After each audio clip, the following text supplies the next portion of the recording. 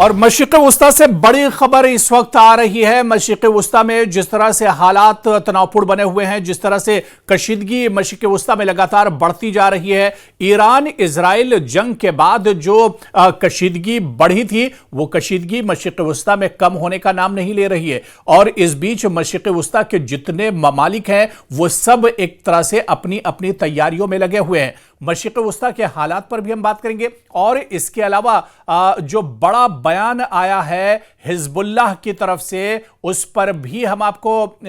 اس report میں تفصیل سے دکھائیں گے۔ حزب اللہ نے کہا ہے کہ وہ سر نہیں جھکائے گا، کسی بھی حالت میں وہ ہتھیار نہیں ڈالے گا، وہ پیچھے ہٹنے والا نہیں ہے۔ جی ہاں، حزب اللہ نے کہا ہے کہ اسرائیلی دھمکیوں کے جواب میں حزب اللہ سر نہیں جھکائے گا اور نہ ہی ہتھیار ڈالے گا۔ یہ بیان آیا ہے شیخ نعیم قاسم کی طرف سے۔ حزب اللہ کے رہنما شیخ نعیم قاسم نے کہا ہے کہ لبنانی مزاحمت کاروں کو غیر مسلح کرنے کے لیے دباؤ کے باوجود ان کا جو گروپ ہے، ان کی جو تنظیم ہے، اسرائیلی دھمکیوں کے جواب میں سر نہیں جھکائے گا اور نہ ہی ہتھیار ڈالے گا۔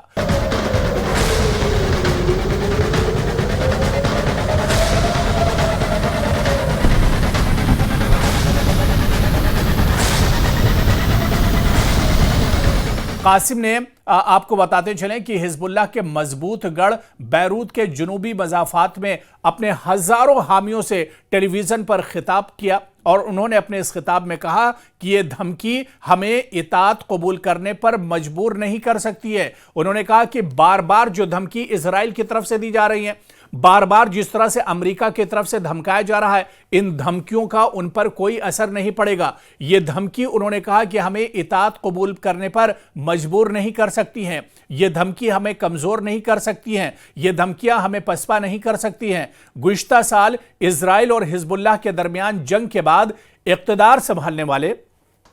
لبنانی رہنماؤں نے بارہا ہتھیار رکھنے کے عمل پر ریاستی اجارہ داری کا عزم ظاہر کیا ہے، جبکہ اسرائیل سے نومبر میں ہونے والی جنگ بندی کی تعمیل کا مطالبہ کیا ہے جس سے لڑائی ختم ہوئی تھی۔ تو وہیں پر سپٹمبر میں دیرینہ رہنما حسن نصر اللہ کی اسرائیل کے ہاتھوں ہلاکت کے بعد ان کی جگہ لینے والے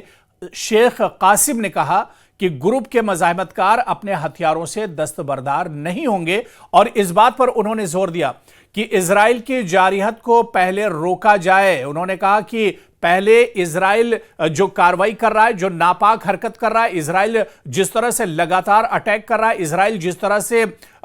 لبنان پر کاروائی کر رہا ہے، اسرائیل جس طرح سے خطے میں ایران کو نشانہ بنا رہا ہے، اسرائیل جس طرح سے حماس کو پریشان کر رہا ہے، اسرائیل جس طرح سے غزہ میں قتل عام کر رہا ہے، غزہ میں اب تک ہزاروں معصوموں کا قتل ہو چکا ہے۔ تو ایسے میں جب تک اسرائیل اپنی جارحیت کو نہیں روکتا ہے، جب تک اسرائیل اپنی ناپاک حرکتوں کو نہیں روکتا ہے، تب تک یہ کاروائی نہیں رکے گی، اور ایک طرح سے انہوں نے کہا کہ وہ رکنے والے نہیں ہیں، وہ کسی بھی حال میں رکیں گے نہیں۔ پہلے اسرائیل کو ایک طرح سے اپنی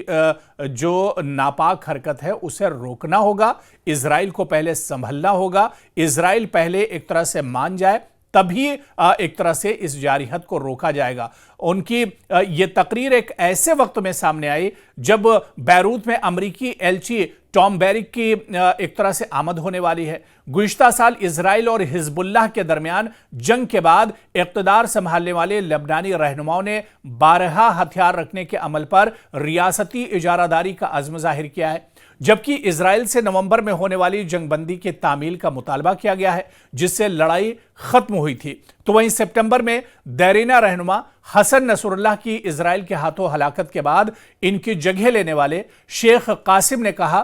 کہ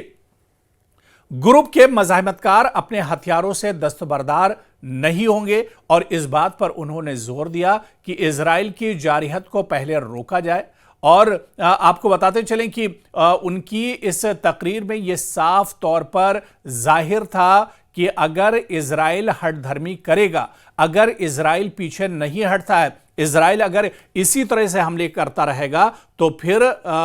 एक तरह से वो भी पीछे नहीं हटेंगे और वो भी एक तरह से जो ये डील है, जो ये जंगबंदी की बात कही जा रही है, जो खित्ते में अमन की बात कही जा रही है, ये अमन आ सकता है लेकिन इसके लिए सिर्फ और सिर्फ इजराइल जिम्मेदार है। अगर इजराइल की नीयत साफ हो जाए, दरअसल मशरिक़ वुस्ता की अगर हम बात करते हैं तो यहां पर जितने भी ममालिक जंग की हालत में हैं, चाहे ईरान की बात करें, चाहे लबनान की बात करें, चाहे हमास और फिलिस्तीन की बात करें, ये जितने भी ममालिक हैं ये जंग की हालत में हैं और जंग की हालत में इन ममालिक का कहना है कि ये सिर्फ और सिर्फ इजराइल की वजह से है, क्योंकि इजराइल की नीयत साफ नहीं है। इजराइल हमेशा ये चाहता है कि वो एक तरह से मशरिक़ वुस्ता पर उसकी दादागिरी चले, मशरिक़ वुस्ता पर वो एक तरह से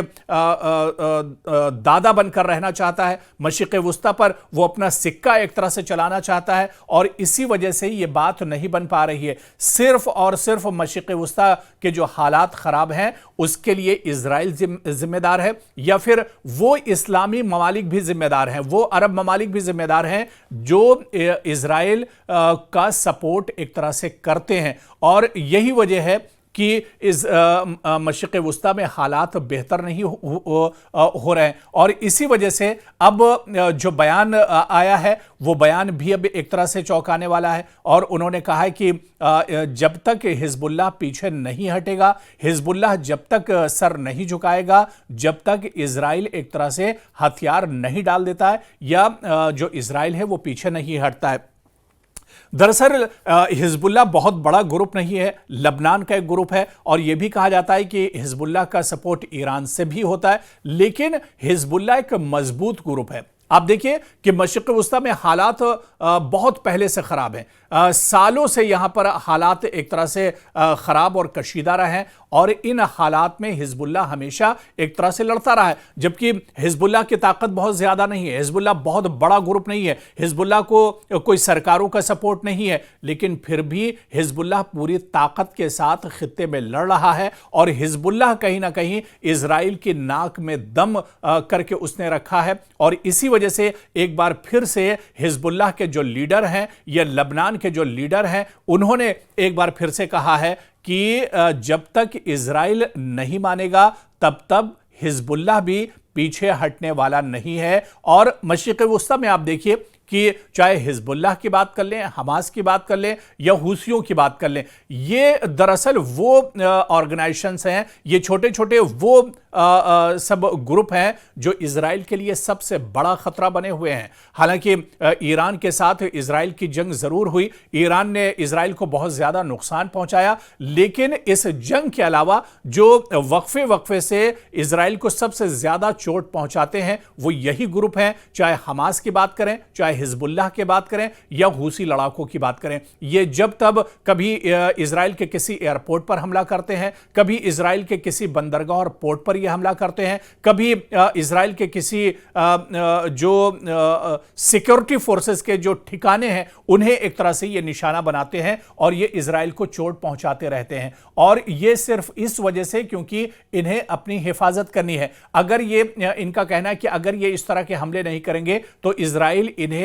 मशरिक़ वुस्ता में एक तरह से खत्म कर देगा, इजराइल इन्हें एक तरह से जीने नहीं देगा और इसी वजह से हिजबुल्लाह के रहनुमा ने यह कहा है कि लबनानी मज़ाहमतकारों को गैर मुसल्लह करने के लिए दबाव के बावजूद उनका जो ग्रुप है वो इजरायली धमकियों के जवाब में सर नहीं झुकाएगा और ना ही हथियार डालेगा। और उसने ये शर्त भी रखी है कि पहले अब इजराइल को एक तरह से बात माननी होगी, पहले अब